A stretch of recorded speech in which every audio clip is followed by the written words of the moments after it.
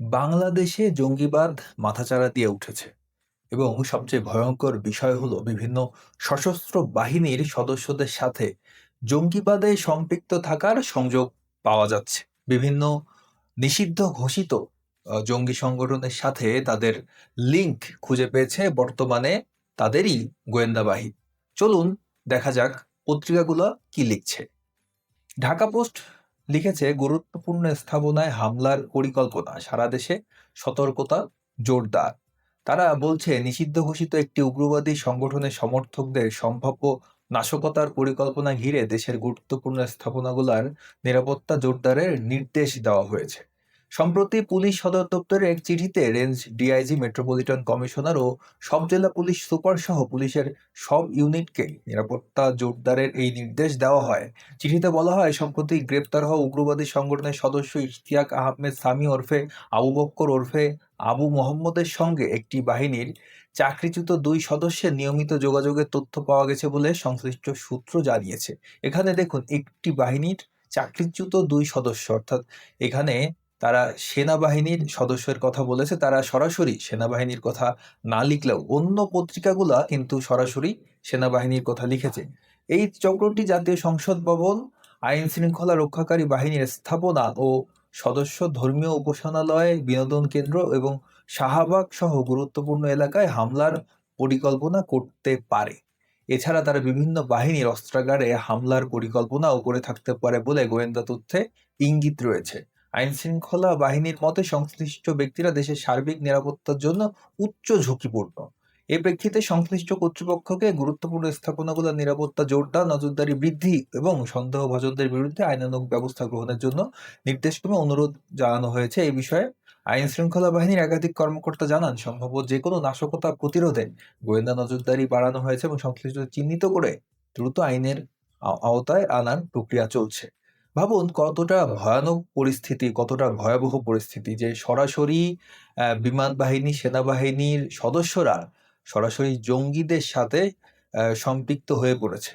দেখুন, এই বিষয়টা প্রথম নজরে আনে নর্থ ইস্ট নিউজ ইন্ডিয়া। তারা লিখেছিল, Bangladesh air force on high alert after raids net many airmen for links with Tehrik e Taliban Pakistan. তারা সরাসরি জঙ্গি সংগঠনের নাম উল্লেখ করে লিখেছে যে তেহরিক ই তালিবান পাকিস্তানের সাথে আহ, বিমান বাহিনীর কিছু সদস্যের তারা সংযোগ খুঁজে পেয়েছে। এবং এটা কিন্তু তাদের দাবি নয়, এটা বিমান বাহিনীরই যে গোয়েন্দা বাহিনী আছে বিমান বাহিনীর ভেতরে, তারাই এই সংযোগটা খুঁজে বের করেছে। এই নিউজটাই আমি বাংলায় অনুবাদ করে দর্শকদের সুবিধার্থে আমি বাংলায় পড়ছি যে বাংলাদেশ বিমান বাহিনীর গোয়েন্দা শাখার কিছু কর্মকর্তা ও বিমান সেনার সঙ্গে পাকিস্তানি জঙ্গি সংগঠন তেহরিক ই তালেবান পাকিস্তান এর সম্ভাব্য যোগসূত্র অভিযোগে নজরদারি জোরদার হয়েছে। 20 এপ্রিল ভোরে ঢাকার অন্তত দুইটি বিমান ঘাঁটিতে অভিযান চালিয়ে দুজন কর্মকর্তাকে আটক, আরও প্রায় 10 জনকে জিজ্ঞাসাবাদের জন্য হেফাজতে নেওয়া হয়। এছাড়া প্রায় 9 থেকে 10 জন সদস্য পালিয়ে যায়, যাদের মধ্যে 4 জন আগেই বিদেশে, অর্থাৎ পাকিস্তান সহ অন্যান্য কয়েকটি দেশে তারা পালিয়ে গিয়েছিল। অর্থাৎ এই বিমান বাহিনীর কয়েকজন অফিসার সরাসরি তেহরিকি তালেবানের সাথে সংযুক্ত। তাদের মধ্যে 2 জনকে আটক করা হয়েছে, 10 জনকে জিজ্ঞাসাবাদ করা হচ্ছে এবং আরো 9 থেকে 10 জন তারা ইতিমধ্যে দেশ ত্যাগ করেছে এবং পালিয়ে গিয়েছে। তারা হয়তো কোনোভাবে খবর পেয়েছিল যে তাদের পরিচয় ফাঁস হয়ে গিয়েছে, তাদের এই গোপন ষড়যন্ত্র বিমান বাহিনীর গোয়েন্দা সংস্থা জেনে গিয়েছে। তাই তারা তাদের নিরাপদ অবস্থানে পাকিস্তান সহ বিভিন্ন দেশে তারা পালিয়ে গিয়েছে। পাকিস্তানি তালেবান অর্থাৎ তেহরিকি তালেবান কারা? তেহরিকি তালেবান পাকিস্তানকে পাকিস্তানি তালেবানও বলা হয়। তারা আফগানিস্তান পাকিস্তান এর বর্ডারে তাদের অ্যাক্টিভিটি সবচেয়ে বেশি লক্ষ্য করা যায়। এই ধরনের ঘটনা কিসের ইঙ্গিত দেয়? বিভিন্ন সশস্ত্র বাহিনীর বিভিন্ন শাখায় বিমান বাহিনী, তারপর সেনাবাহিনীর ভেতরের যে কর্মকর্তা আছে, তারাই যদি জঙ্গি হয়, তারা রাষ্ট্রকে নিরাপত্তা দেবে কিভাবে? তাদের তো জঙ্গিদের দমন করা উচিত। তারা জঙ্গি দমন না করে তারাই যদি জঙ্গি হয়ে যায়, তাহলে দেশের ভবিষ্যৎ কি? দেখুন, এগুলা হওয়ার পিছনে অনেকগুলো কারণ আছে। গত 2024-এর 5 আগস্টের সময় যে আন্দোলন হয়, তথাকথিত ছাত্র জনতার অভ্যুত্থান, সেখানে জঙ্গি মৃত্যুদণ্ডপ্রাপ্ত ৭০০ বন্দী সেই সময় নিখোঁজ ছিল এবং তাদের মধ্যে এদের অধিকাংশ এখনো পলাতক। তারা কিন্তু অস্ত্রাগার লুট করেছিল। ওই সময় ৫ আগস্টের আগে তারা অসংখ্য অস্ত্রাগার লুট করেছে, জেল ভেঙে সেসব জঙ্গি পালিয়েছে। তারা কিন্তু ধরাছোঁয়ার বাইরেই থেকে গেছে। এছাড়াও সেই সময়ের যেই ইউনূস সরকার, অন্তর্বর্তীকালীন সরকার অনেক জঙ্গিকে জামিনে মুক্ত করেছে। তার মধ্যে আনসারুল্লাহ বাংলা টিমের প্রধান জসিমউদ্দিন রহমানিও অন্যতম।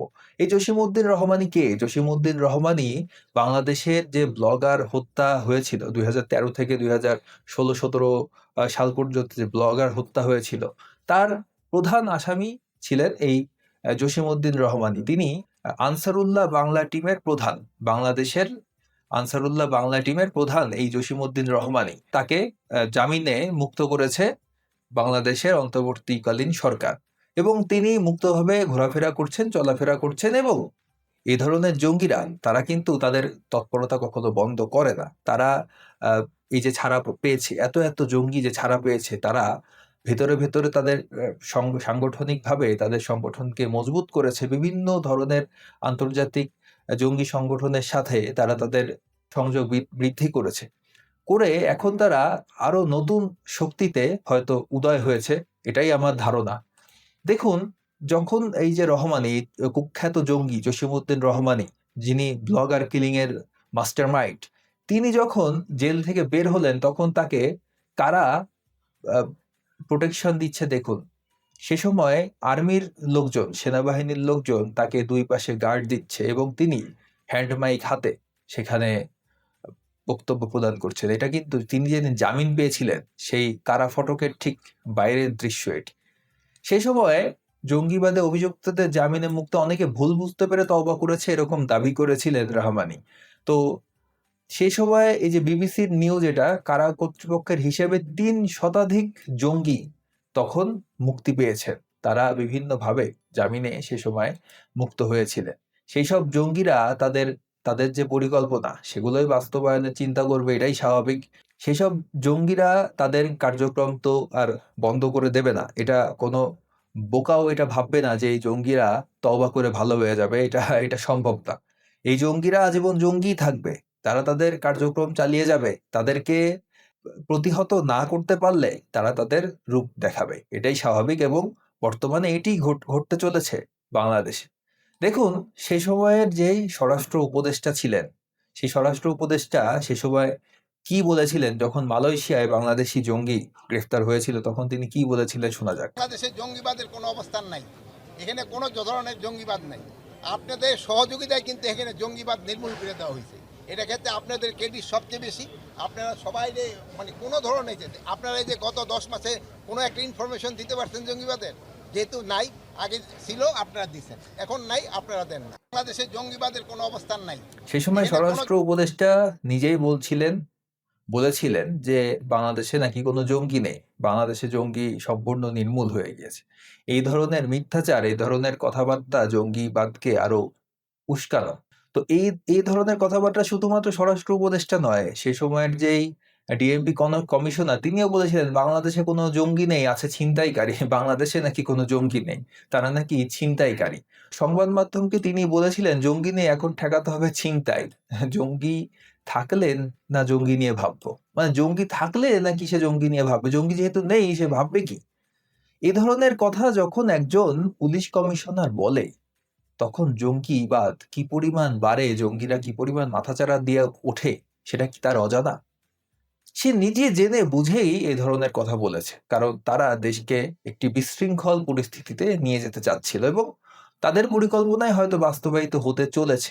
এখন ভেবে দেখুন, যেখানে সেনাবাহিনী, বিমান বাহিনীর গুরুত্বপূর্ণ কর্মকর্তা কর্মচারীরা এই জঙ্গিবাদের সাথে জড়িয়ে পড়েছে, তাহলে দেশের অবস্থাটা এখন কি? একসময় সিটিটিসি ইউনিট নামে একটি ইউনিট ছিল, তারা তাদের কাজই ছিল জঙ্গিবাদ প্রতিরোধ করা বাংলাদেশ পুলিশের। সেই সিটিটিসি ইউনিটকে একরকম কার্যত বিলুপ্তই করে দিয়েছিল বাংলাদেশের অন্তর্বর্তীকালীন সরকার। এখন বাংলাদেশে জঙ্গিতে ছেয়ে গেছে বিভিন্ন ধরনের জঙ্গি সংগঠন, বাংলাদেশে নীরবে নিভৃতে তাদের কার্যক্রম চালিয়ে যাচ্ছে। তারা তাদের উপস্থিতি জানানো দিচ্ছে মাঝে মধ্যে। এ ধরনের ঘটনা কোনো শুভ ইঙ্গিত নয়। এটা বাংলাদেশের জন্য কোনো ভালো কোনো ঘটনা নয়। ভালো কোনো ভবিষ্যৎ আমি দেখতে পাচ্ছি না। আমি জানি না যে বাংলাদেশের ভাগ্যে সামনে কি রয়েছে। এইবার না হয় তারা কয়েকজন জঙ্গিকে তারা অ্যারেস্ট করতে পেরেছে। কিন্তু ভবিষ্যতে আমি আমি ভবিষ্যৎ নিয়ে খুবই শঙ্কিত যে ভবিষ্যতে কি হবে? যেখানে আমাদের পাশের দেশ ভারতের সশস্ত্র বাহিনী এত জঙ্গি দমনের অভিযান চালাচ্ছে, সেখানে বাংলাদেশের সশস্ত্র বাহিনীর ভেতরেই জঙ্গি ঘাপটি মেরে আছে। ভিডিওটি ভালো লাগলে লাইক করুন, কমেন্ট করুন, শেয়ার করুন। অবশ্যই চ্যানেলটিকে সাবস্ক্রাইব করুন। সকলকে ধন্যবাদ।